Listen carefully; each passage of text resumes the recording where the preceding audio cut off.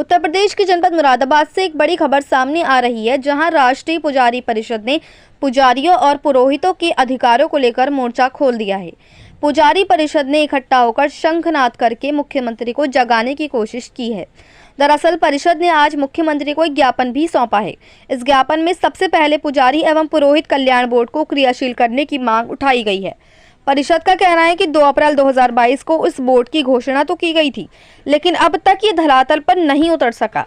परिषद का आरोप है कि ये घोषणा धीरे धीरे केवल कागजों में दबकर रह गई है, जबकि हजारों पुजारियों और पुरोहितों को इसका सीधा लाभ मिलना चाहिए था। इसके अलावा परिषद ने रामगंगा नदी को प्रदूषण मुक्त करने के लिए ठोस कदम उठाने की भी मांग की है। उनका कहना है कि जब तक रामगंगा साफ नहीं होगी, तब तक धार्मिक आस्थाओं पर भी गहरा असर पड़ेगा। यही नहीं, परिषद ने यह भी प्रस्ताव रखा है कि बड़े मंदिरों की आय का 50% हिस्सा छोटे छोटे मंदिरों के विकास और देखरेख में खर्चा होना चाहिए।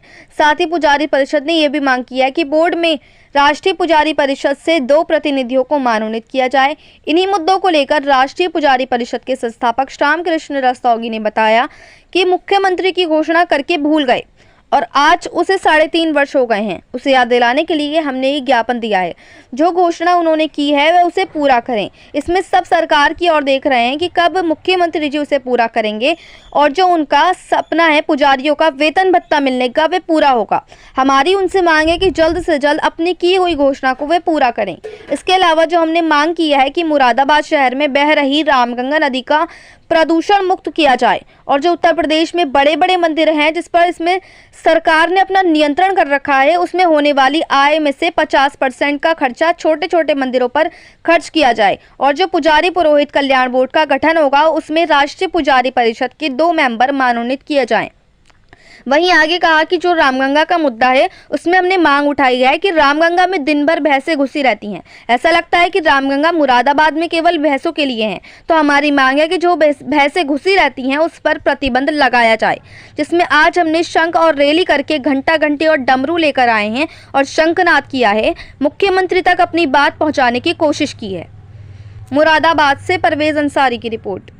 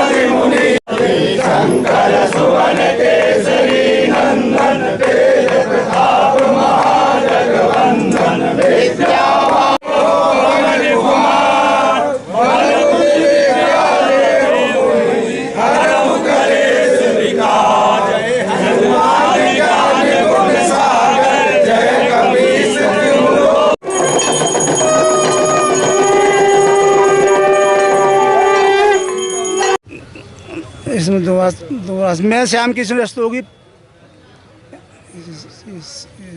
का संस्थापक राष्ट्रीय पुजारी परिषद, जो आज हमने सभी मंदिरों के पुजारी संत महंत पुरोहितों ने मिलकर ज्ञापन दिया है। इसमें माननीय मुख्यमंत्री उत्तर प्रदेश सरकार ने 20 अप्रैल 2022 को पुजारी पुरोहित कल्याण बोर्ड बनाने की घोषणा की थी और वो लगभग आज उसे इसमें 3.5 वर्ष हो गए और वो घोषणा करके भूल गए। तो उस घोषणा को याद दिलाने के लिए ये हमने उन्हें ज्ञापन दिया है कि जो उन्होंने घोषणा की थी उस घोषणा को पूरा करें, क्योंकि पूरे प्रदेश के मंदिरों के पुजारी पुरोहित इसमें सब आपकी ओर देख रहे हैं कि कब उस इसमें घोषणा को पूरा करेंगे और जो उनका सपना है वेतन भत्ता मिलने का वो पूरा होगा। हमारी उनसे मांग है कि वो है ना जल्द से जल्द अपनी की हुई घोषणा को पूरा करें। इसके अलावा जो हमने मांग की है कि मुरादाबाद शहर में बहरी रामगंगा नदी का प्रदूषण मुक्त किया जाए और नंबर 3 जो उत्तर प्रदेश में है ना बड़े बड़े मंदिर है जिसपे इसमें है ना सरकार ने अपना नियंत्रण कर रखा है, उससे होने वाली आय में से 50% का खर्चा छोटे मंदिरों पे खर्च किया जाए और जो पुजारी पुरोहित कल्याण बोर्ड का गठन होगा उसमें राष्ट्रीय पुजारी परिषद के 2 मेंबर मनोनीत किए जाएं। जो इसमें वो है जो रामगंगा का मुद्दा है, उसमें हमने मांग उठाई है कि रामगंगा में दिन भर इसमें मतलब भैंसें घुसी रहती हैं। ऐसा लगता है कि रामगंगा मुरादाबाद में केवल भैंसों के लिए बह रही है। तो हमारी मांग है कि उन जो भैंसें घुसी रहती है उस पर है ना प्रतिबंध लगाया जाए। अच्छा, किस तरह से आपने ज्ञापन दिया है, क्या जगाया, सीएम साहब को जगाया, मतलब संघ लगा करके? हाँ, जो हमने इसमें है ना शंख और जो रैली करी है, शंख है ना, घंटा घंटी और जो है ना डमरू मतलब लोग लेके आए हैं। और जो आज है ना शंखनाद हुआ है, शंखनाद जगा के मतलब करके हमने अपनी बात है ना माननीय मुख्यमंत्री तक पहुंचाने की कोशिश की है।